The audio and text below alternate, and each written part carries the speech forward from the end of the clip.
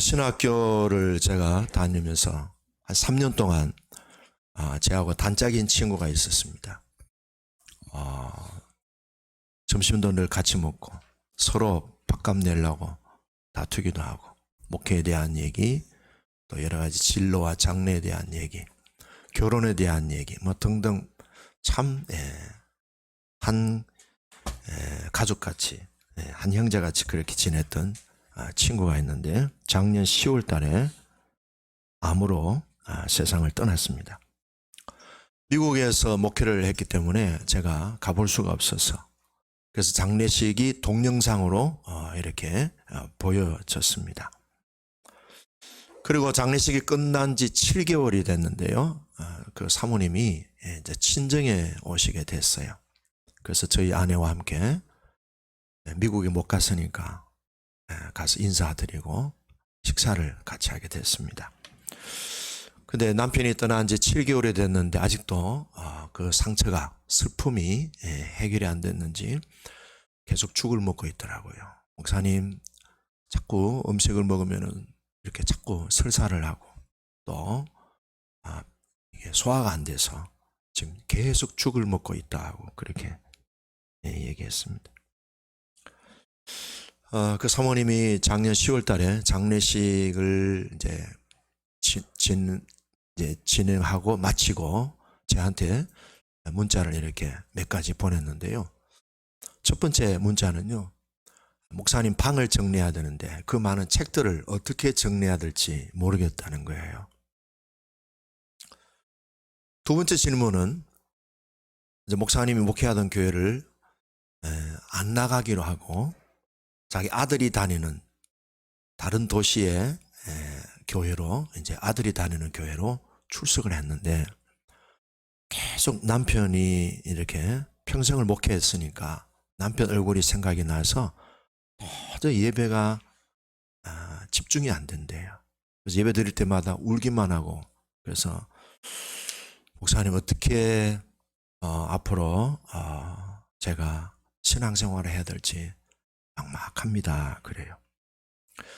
그러면서 저한테 마지막으로 이렇게 한 문장 이 글을 이렇게 보내주셨는데 그게 저한테 참 마음에 깊은 은혜가 됐습니다. 이런 마지막 문자였습니다. 목사님, 살아가는 모든 순간이 은혜입니다. 그랬어요. 남편과 사별하고 슬픈 마음 그리고 앞으로 살아갈 날이 막막한 그런 상황인데도 자기가 살아있다는 이 자체가 하나님의 은혜입니다. 그렇고 그렇게 또 제가 느꼈고요. 또 하나는 저에게 목사님 우리 남편은 세상을 떠났지만 목사님은 그래도 건강하게 아내와 아이들과 함께 또 목회를 계속할 수 있다는 그것도 하나님의 은혜임을 반드시 명심해야 됩니다 하는 그런 뜻으로 제가 받아들여졌어요. 여러분, 내가 지금 어떤 형편에 처해 있어도 살아가는 모든 순간 그리고 우리가 이 시간에 예배 드리는 이 순간도 하나님의 은혜입니다. 자, 우리 그 은혜 한번 불러볼까요? 제가 이걸 틀어놨어. 이거 같이 부르죠. 제가 이걸 틀어놨습니다. 자, 유인물 있죠? 한번 같이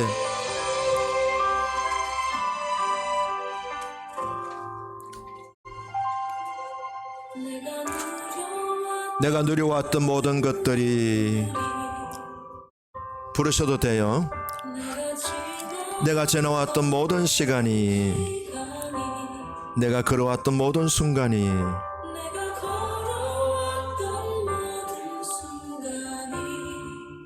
당연한 것 아니라 은혜여서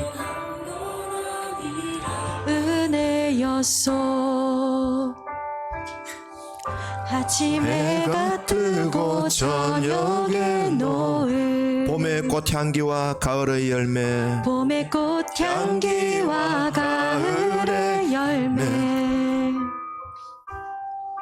변하는 계절의 모든 순간이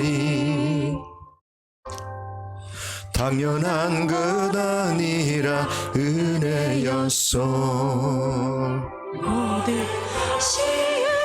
모든 것이 은혜. 그렇습니다.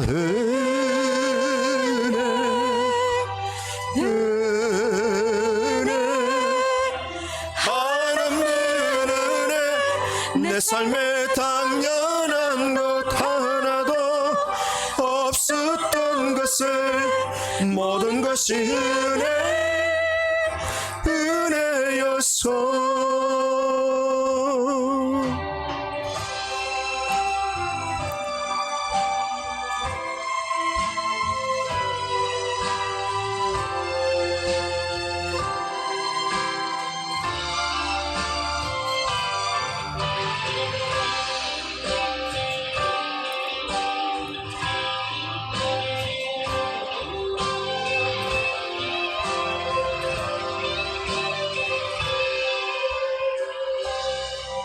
내가 이 땅에 태어나 사는 것 어린아이 시절과 지금까지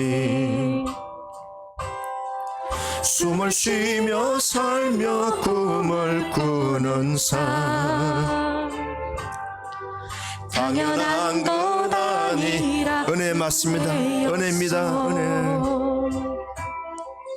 내가 하나님의 자녀로 살며 오늘 찬양하고 예배하는 삶 오늘 찬양하고 예배하는 삶 복음을 전할 수 있는 축복이 복음을 전할 수 있는 축복이 당연한 것 아니라 은혜입니다. 당연한 것 아니라 은혜였어. 모든 것이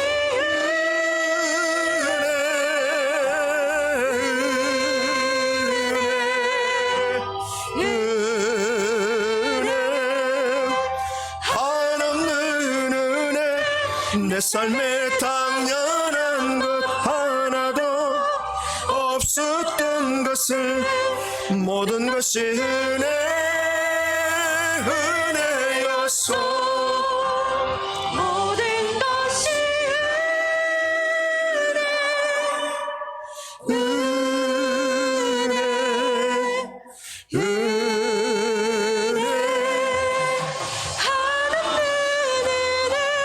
내 삶에 당연한 것 하나도 없었던 것을 모든 것이 은혜였소.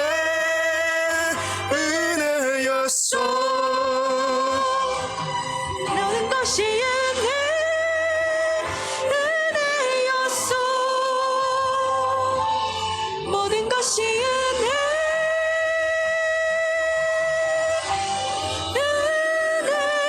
은혜였소. 아멘. 이 은혜를 우리가 인식하고 은혜를 인지하고 있다는 이것만 해도 은혜입니다. 자, 오늘 그런 은혜를 우리가 잊고 살면서 이 77편을 오늘 한번 들어가 보도록 하겠습니다.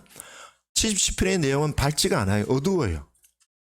오늘 성경 6절에 보면은 밤에 부른 노래 그랬어요. 한번 따라할까요? 밤에 부른 노래. 밤에 부른 노래가 얼마나 처량하겠어요. 얼마나 비극적이고 얼마나 슬프고 얼마나 외롭고 얼마나 힘들겠어요. 근데 이 밤에 그런 인생의 밤에 노래를 부른다는 거죠. 이 저자가 이 시편을 우리에게 이렇게 소개할 때는요. 이미 고난과 시련이 끝이 난 상황에서 자기가 그 고난과 시련을 어떻게 그것을 풀어갔는가에 대한 부분을 회상을 하면서 내 참 잘못했구나. 내 생각이 참 왜곡되어 있었구나 하는 것을 느끼면서 왜 그걸 내가 깨닫지 못했고 왜 그걸 내가 붙들지 못했을까 하는 그런 후회, 좀 회한의 어떤 그런 고백도 담겨져 있습니다. 자, 우리 1절 보시면요. 이렇게 고백합니다. 같이 읽어볼까요? 내가 내 음성으로 하나님께 부르짖으리니 내 음성으로 하나님께 부르짖으면 내게 귀를 기울이시리로다. 환난 날에 2절에 보니까 나의 환난 날에 내가 주를 찾았으며 밤에는 우리가 낮과 밤이라는 의미도 있지만 이 밤은 이 사람이 겪고 있는 지금 현실의 깊은 어두움을 얘기합니다. 이 사람이 겪고 있는 환난 날을 얘기합니다. 이것이 개인적인 환난일 수도 있고 국가적인 환난일 수도 있고 어떤 주석가는 국가적인 환난이다 했고 어떤 주석가는 또 개인적인 환난이다 이렇게 얘기했어요. 어쨌든 개인적이든 국가적이든 환난 날에 이 사람이 밤중에 뭐합니까? 손을 들고 손을 거두지 아니했다. 얼마나 이 사람이 그 어두운 인생의 밤이 깊고 암담하고 막막했으면은 손을 들었을까요? 자, 시련은 언제 끝날지 아무도 몰라요.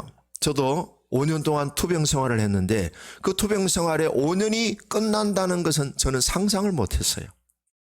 어느 날 5년 딱 마감하니까 내가 병에서 자유로워졌네. 5년 동안의 긴 그 투병 생활의 현실은요 너무 막막했어요. 이 병이 언제 치유가 될까 막막했습니다. 네. 우리가 인생을 살아가면서 어떤 때는 너무 막막한 때가 있잖아요. 근데 끝은 언제 올지 모르지만 끝은 오는 겁니다. 엔딩 타임이 있는 거예요. 네. 근데 이 사람은 이 깊은 인생의 어두운 밤, 환난의 밤을 어떻게 풀어나갔는가? 자, 첫째는요, 이 사람이 1절, 2절에서 기도할 수밖에 없는 거죠. 손을 들고 밤에도 기도할 수밖에 없는 거죠. 네, 저도 우리 교회가 이쪽에 왔을 때 저희 아내와 함께 여기서 40일을 여기서 지냈어요. 40일을 잤어요. 네. 앞으로 목회를 어떻게 할지 막막하니까 뭐 어쩔 수 없죠. 아내하고 둘이서 네, 여기서 40일 동안 네, 기도했습니다. 어쩔 수 없죠. 뭐. 막막할 때 어디에 뭐 도움을 청할 수 있는 손길이 없잖아요. 그래서 인생의 깊은 밤에 왔을 때 이 사람은 하나님 앞에 간절히 환난 가운데 두 손 들고 기도했습니다. 근데 1절에 보니까 내 음성으로 그랬습니다. 한번 따라할까요? 내 음성으로. 자기가 하는 거예요. 누구한테 중보기도 부탁할 수도 있겠지만 내 음성으로 하는 거예요. 음성을 어떻게 해요? 부르짖는 거예요. 그러니까 소리를 내는 게 좋은 거예요. 자, 해봅시다. 주여! 살려주세요! 이게 정직한 기도지. 점잠 빼고 그냥 체면 차리고 얼굴에는 환한 미소를 띠고 속으로는 정말 고통 중에 있으면서 그냥 가면을 벗고 체면도 내던지고 주여 살려주세요. 주여 살려주세요. 다시 해봅시다. 주여 살려주세요. 뭐 이거밖에 뭐 더 있겠습니까? 뭐 돈보따리 한 보따리 주세요. 뭐 돈보따리 주면 해결이 됩니까? 돈보따리도 안 되는데. 자, 오직 주님 한 분. 시편 62편 1절에서 8절에 오면 오직 주만이 나의 피할 바위 산성, 나의 의뢰할 피난처 그랬습니다. 오직 주님 한 분밖에 없음을 인지하고요. 간절히 하나님 앞에 손을 들고 기도하는 거예요. 중요한 것은 얼마나 주님에 대해서 간절한 마음이 있느냐예요. 기도하면서 쭈쭈밥 하나 먹고 기도하면서 조금 텔레비도 보고 기도하면서 유튜브도 좀 보고 룰루랄라 하면서 기도하는 사람이 무슨 간절함이 있겠어요. 근데 한 자리에 앉으면 2시간, 3시간, 4시간 밤새도록 그냥 할 수도 있는 거죠. 밥도 안 먹을 수도 있는 거죠. 친구 약속 취소할 수도 있는 거죠. 간절한 마음이 집중력 따라합니다. 사랑은 집중입니다. 하나님에 대한 사랑하는 마음 그리고 그분에 대한 구원의 갈망이 있으면요 집중하는 거예요. 얼마나 집중했느냐 2절에 보니까 사람들이 위로해 주는 거 그게 마음에 와닿지 않는다는 거예요. 사람들이 위로해 주는 말 사람들이 손 한 번 잡아주는 거 그게 마음에 안 들어온다는 거예요. 오직 주님밖에 없기 때문에 그래요. 그럴 때가 있습니다. 그러면서 이분은 자기 자신의 마음을 그대로 하나님 앞에 올려드립니다. 3절 읽어볼까요? 시작. 내가 하나님을 기억하고 불안하여 근심하니 내 심령이 상하도다. 뭐예요? 불안하고 근심이 있고 심령이 너무 상했어요. 그러면서 뭐라 합니까? 셀라 합니다. 셀라는 이제 내용이 의미가 바뀌어진다는 그런 뜻도 있습니다. 셀라. 내 마음이 근심하고 불안하고 마음이 너무 상해 있는 거예요. 자, 우리 자신의 마음이 이렇게 염려와 근심과 불안과 상한 마음을 직면할 수 있어야 돼요. 근데 이게 사람들하고 있을 때는 그게 집중이 잘 안 돼요. 혼자 있을 때. 그러니까 혼자 있는 시간이 필요해요. 혼자 있는 시간. 주님과 나와만 있는 기도의 골방의 시간. 이 골방의 시간. 그 시간을 통해서 뭡니까? 자기의 심령, 자기의 영적인 상태를 직면하는 거예요. 돈이 있거나 좋은 자리에 있거나 사람들이 주위에 모여 있는 그런 상황에 있으면은 자기 아픔이 그렇게 인지가 잘 안 돼요. 직면이 잘 안 돼요. 그런데 아무도 없을 때에, 기도의 골방에 있을 때에 진짜 자기의 모습을 보는 거예요. 이런 시간이 필요한 거예요. 이거는요, 부부지간에 같이 있어도 안 돼. 혼자 있어요. 혼자. 네. 홀로.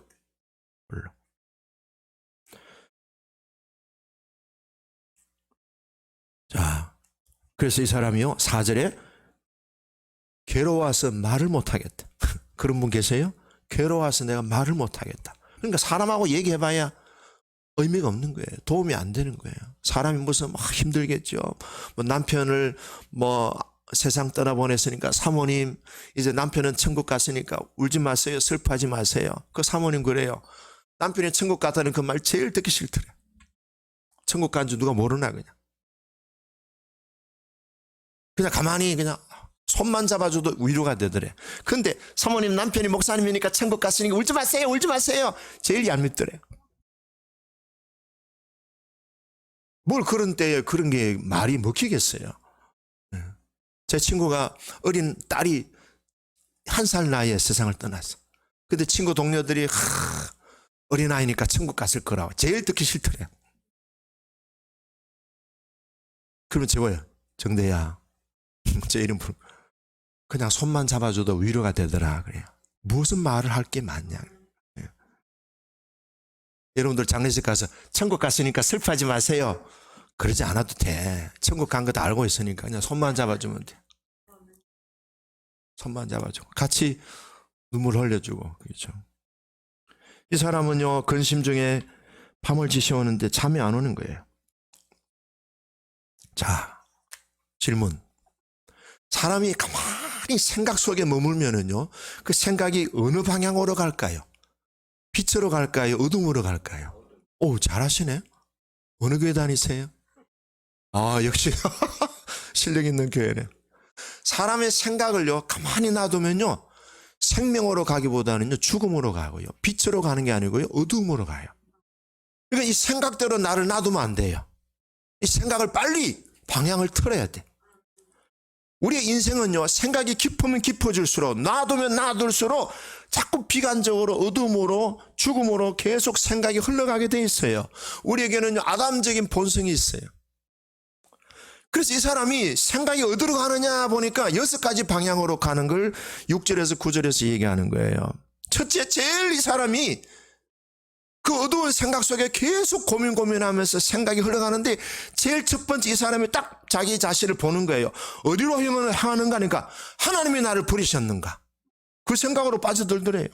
따라해 봅시다. 하나님이 나를 버리셨는가? 자, 물어보세요. 주님, 나를 버리셨나이까? 주님 뭘 하시는 것 같아요? 그래? 그러시는 것 같아요? 아니다. 결코 내가 너를 떠나지 않는다. 세상 끝날까지 항상 너와 함께 할 것이다. 내가 절대로 너를 안 버린다. 근데 가만히 내 생각을 놔두면은 제일 첫 번째 떠오르는 생각이 나를 버리셨는가? 예수님이 오죽했으면 십자가에서 아버지 어찌하여 나를 버리셨나이까? 예수님도 물론 하나님 앞에 유기당한 그런 경험을 고백했어요. 그런데 실제 예수님은 하나님 앞에 버림받은 게 아니에요. 그렇잖아요. 3일 만에 부활하셨잖아요. 그런데 예수님의 그 말씀은 우리 인간이 갖고 있는, 모든 죄인들이 갖고 있는 근본적인 버림에 대한 상처를 예수님이 십자가에서 다 짊어지신 거예요. 우리의 버림받은 상처를 예수님이 십자가에서 다 짊어지셨어요. 절대로 하나님은 우리를 버리지 않으셔요. 우리는 절대로 버림받은 존재가 아니에요.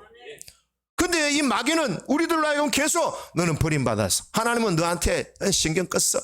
너는 끝났어. 이렇게 자꾸 우리의 마음을 속살거리면서 내 인생을 끝난 것처럼 자꾸 우리의 생각을 그쪽으로 흘러가게 만드는 거예요. No! ESP 해봅시다. No! ESP! ESP로 그런 생각을 씻어 흘려보내시길 바랍니다. 참마음과 온전한 믿음으로 스톱! 주님께로 다시 턴! 하시길 바랍니다.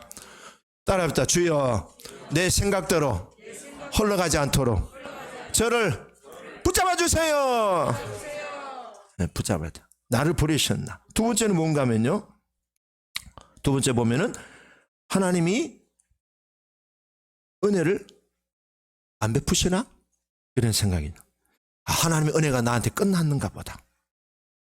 하나님의 은혜가 끝납니까? 하나님은 은혜를 한번 딱 주고 끝납니까? 내가 문제가 있다고 해서 오늘부터 너 은혜를 닫아버렸다. 그랬습니까? 하나님의 은혜는요, 항상 열려 있어요. 내가 문을 두드리려느니 누구든지 내 음성을 듣고 마음의 문을 열면 내가 그에게 들어가 그로 더불어 먹고 그는 나로 더불어 먹으리라. 하나님의 은혜는 절대로 닫히지 않습니다. 항상 열려 있습니다. 삼손이 그렇게 블레셋의 델릴라한테 빠졌지만은 나중에 눈 뽑히고 감옥에 있었지만 그 감옥에서도 하나님의 인자와 긍휼은 삼손에게 멈추지 않았습니다. 뭐가 자라났어요? 머리가 자라났어요. 머리가 자라났다는 말은 무슨 말이에요? 하나님의 인자와 사랑이 삼손에게 멈추지 않았다는 것을 보여주는. 그 다음에 뭡니까? 세 번째는 하나님의 인자하심은 영원히 끝이 났는가? 그 다음에 하나님의 약속은 나한테 끝났는가? 그 다음에 하나님이 베푸실 은혜는 있으셨는가? 마지막에 9절 뒤에는 노하심으로 그가 베푸실 긍휼을 그치셨는가? 뭐 일일이 다 얘기하기가 뭐 그렇잖아요. 하나님이 나한테 진노하셔서 하나님이 나한테 인자와 긍휼을 다 끝냈는가? 끝냈는가? 아니에요. 야고보서 5장 11절에 주는 가장 자비로우시고 가장 긍휼히 여기시는 분이시라. 베드로전서 2장 10절에 하나님의 자녀된 우리는 긍휼을 이미 많이 받은 사람이다 그래요. 이 저자가 환난을 겪을 때에 느꼈던 이 사람의 생각은요, 하나님이 나를 버리셨나? 이제 하나님하고 나와는 끝났는가? 라고 하는 이 생각 계속 빠져드는 거예요. 여러분, 그 생각대로 흘러가지 않기를 바랍니다. 그 생각대로 휘둘리지 않기를 바랍니다. 그 생각에 계속 따라가지 않기를 바랍니다. 그 생각을 뭐예요? 하나님의 말씀으로 딱 뭐예요? 조명을 해봐야 돼. 이 생각이 하나님의 주시는 생각인지 내 자신의 생각인지 마귀가 주는 건지 세상의 사람이 주는 건지 분별해서 이것이 하나님이 주시는 생각이 아니라면 예수피 흘려보내시고 하나님이 주시는 생각으로 다시 빨리 방향을 하나님이 주시는 말씀 쪽으로 이동하시기를 바랍니다. 따라합시다. 예배는 하나님의 말씀으로 하나님에게로 방향을 바꾸는 시간입니다. 뭘 바꿔요? 마음을 바꾸는, 생각을 바꾸는 거예요. 그래서 이 사람이요, 9절 끝에 보니까 셀라 그랬어요. 셀라. 이 무슨 말? 아이고, 내가 잘못 생각했구나. 이런 얘기를 듣고 웃을 수 있는 사람은 점심을 많이 드셔도 됩니다. 무슨 말인지 알아듣잖아요. 셀라. 아이고야, 내가 생각 잘못했구나. 그러면서 이 사람이요, 왜 생각을 잘못했는가 하는 것을 보니까 내 믿음이 약하구나. 여러분, 하나님의 진리를, 하나님의 말씀을 떠난 인간의 생각은요, 전부 다요 쓰레기통에 들어가야 돼. 하나도 쓸모있는 게 없어요. 철학적, 과학적. 하지만 하나님이 없는 모든 생각은 다 허망한 거예요. 다 허망. 그 다음에 두 번째는 이 사람이 생각하기를 6절에 보니까 밤에 부른 노래를 내가 기억하여 그랬습니다. 옛날에 자기가 인생의 밤을 맞이했을 때에 그때 불렀던 노래가 생각이 나는 거예요. 이런 환란을 옛날에도 겪었는데 그때 내가 노래를 불렀지. 하나님께 찬양했지. 그래, 예배 시간에 모든 것은 하나님의 은혜라고 찬양했었지. 맞아. 그 찬양을 다시 부르자. 이렇게 옛날을 회고하면서 신앙이 다시 원위치로 돌아오는 거예요. 그러면서 이 사람은 옛날 생각하니까 특별히 14절, 13절은 이제 12절 보시죠. 읽어볼까요? 11절 읽어봅시다. 시작. 곧 여호와의 일들을 기억하며 주께서 옛적에 행하신 기이한 일들을 기억하리라. 12절. 또 주의 모든 일을 작은 소리로 읊조리며 주의 행사를 낮은 소리로 되뇌이리이다. 하나님이여 주의 도는 극히 거룩하시니 하나님같이 위대하신 신이 누구며. 14절. 주는 기이한 일을 행하신 하나님이시라. 기이한 일이 무슨 일이에요? 홍해바다를 가른 사건을 쭉 얘기하는 거예요. 뒤에. 홍해바다의 사건은 이스라엘 백성들에게 두고두고 잊을 수 없는 하나님의 일이에요. 하나님이 이스라엘 백성들에 행하신 일이에요. 이스라엘 백성들은 어떻게 했어요? 그냥 보기만 했어요. 그냥 이스라엘 백성들은 하나님이 행하신 일을 그냥 열중시하고 구경만 했어요. 따라합니다. 신앙은 때때로 구경만 해도 된다. 왜? 하나님이 일하시니까. 홍해바다를 가르는데 이스라엘 백성들이 밖에서 가지고 왔어요? 아니면 이스라엘 백성들이 하나님 홍해바다를 확 바람을 일으켜야 되니까 부채를 들고 선풍기 들고 에어컨 들고 왔었어요? 그냥 가만히 팔짱 끼고 그냥 열중시하고 보고만 왔다니까. 그런 일들을 우리가 많이 겪잖아요, 솔직히. 난 아무 손 까딱 안 했는데 일들이 희한하게 풀리는 현상들을 얼마나 경험해요. 출애굽의 경험은 이스라엘 백성들에게 두고두고 묵상할 수 있는 사건이고 하나님의 위대하신 능력을 경험한 일이에요. 그것이 어제의 일이에요. 그 어제 행하셨던 하나님의 기사와 하나님의 능력은 오늘은 없어요? 하나님은 어제나 오늘이나 영원토록 동일하신 분이에요. 실수 없으신 하나님. 그래서 여러분 우리가 환난을 당할 때 옛날에 하나님이 베풀으시던 일을 기억해 보세요. 옛날에 내가 구원받았던 그 첫사랑의 기쁨을 다시 상기해 보세요. 그러면은 그 옛날에 구원해 주신 하나님은 오늘도 동일하신 하나님인 줄로 믿습니다. 그러면 이 내면에서 심령에서 힘이 올라옵니다. 자, 이스라엘 백성들이 홍해바다를 전면에 보고 뒤에는 애국 군대가 쫓아올 때 이스라엘 백성들이 정말 진퇴양난 아닙니까? 근데 하나님이 그 위기에 개입하셨어요. 누구를 위해서? 나를 위해서. 누구를 위해서요? 나를 위해서. 지금도 하나님은 나를 위해서 홍해바다를 가르시는 기적과 능력을 펼치십니다. 출애굽기에 나온 그 홍해바다의 사건은 출애굽기에 기록된 옛날 얘기가 아니에요. 신화가 아니라니까. 전설이 아니라니까. 팩트예요, 팩트. 사실이고 현실이고 실제고 내 삶에서도 동일하게 역사되어지는 그 하나님은 살아계신 하나님, 나의 하나님인 줄로 믿습니다. 그 진퇴양난에서 이스라엘 백성들이 할 수 있는 선택은 뭐예요? 그냥 가면 되는 거예요. 홍해바다로. 자, 이제 정리합니다. 그 하나님 20절 읽어보고 이제 정리하고 마치겠습니다. 20절 시작. 주의 백성을 양떼같이 모세와 아론의 손으로 인도하셨나이다. 이 저자가 생각한 하나님은 어떤 하나님이냐? 결론적으로 목자, 선한 목자. 우리는 그분의 양이다. 자, 양과 목자의 관계입니다. 이 저자가 결론을 내린 것은요, 양들은요 자기를 살필 수 있는, 적과 싸울 수 있는 힘이 하나도 없어. 여러분, 양하고 쥐하고 싸우면 누가 이겼어요? 쥐가 부스럭거리면요 양은 깜짝 놀래가지고요 하고 이렇게 친구들한테, 목자한테도 갑니다. 쥐도 하나 상대 못하는 겁 많은 짐승이 양입니다. 그리고 양이 살려면요 절대적인 목자의 돌보심이 있어야 됩니다. 양은 지 혼자 놔두면요 먹힙니다. 누구한테 먹혀요? 마귀한테 먹혀요. 그 양이 우리다. 그런데 양이 시편 23편 3절에 오면은 따라하세요. 내 영혼을 소생시키시고, 하나님은 때때로 때를 따라 우리의 영혼을 소생시키셔요. 근데 양의 특징이요, 잘 자빠져요. 양이 잘 자빠지면은 스스로 자기 힘으로 못 일어나요.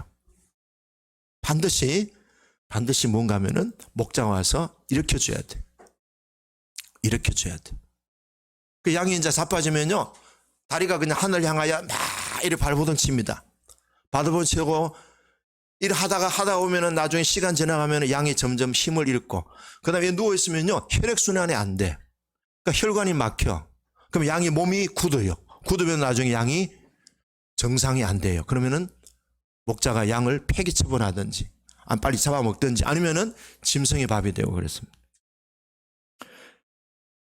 양이 무척 겁이 많고요. 자기를 보호하는 능력이 없어요, 양은. 그래서 양이 잘 자빠지는데요, 그걸 잘 예방을 해야 돼요. 우리도 신앙생활 할 때 잘 자빠져요.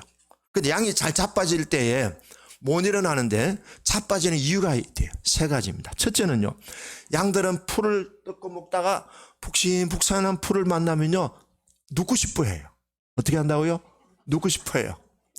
그러다가 조금 우묵한 곳에 이렇게 움직이다 보면요, 우묵한 곳에 딱 안성맞춤식으로 딱 자빠지면요, 못 일어나요. 주인님 살려주세요 하는 주인이 멀리 있으면 들립니까 그게? 우묵한 곳, 풀이 푹신푹신한 곳, 그 다음에 편안한 곳이 오면은 양들은 덜렁 누우려고 하는 본성이 있어요. 그 목자가 빨리 가서 이렇게 세워주고, 이제 혈액순환이 안 되는 부분들은 마사지를 막 해줘야 돼. 마사지. 예배 시간은 무슨 시간? 마사지 시간. 오우, 눈치가 빠르시네. 예배 시간은 마사지 시간. 영혼의 마사지. 찬송을 통해서, 기도를 통해서, 말씀을 통해서 이렇게 또 웃어가면서. 제가 왜 웃기겠어요? 제가 코미디언이 아니잖아요. 어떻게 하든지 여러분들이 영혼을 한 번이라도 더 따뜻하게 해드리려고 마사지 하는 거예요. 그럼 빨리 목자가 가서 양을 이렇게 세우고 마사지 해주고 이렇게 두들겨주면은 이제 양이 다시 이제 갑니다. 여러분, 양이 우묵한 곳에 편안한 곳에 누우려고 하는 본성처럼 우리 예수 믿는 사람도요, 신앙생활을 편하게 하려고 하는 이게 문제예요.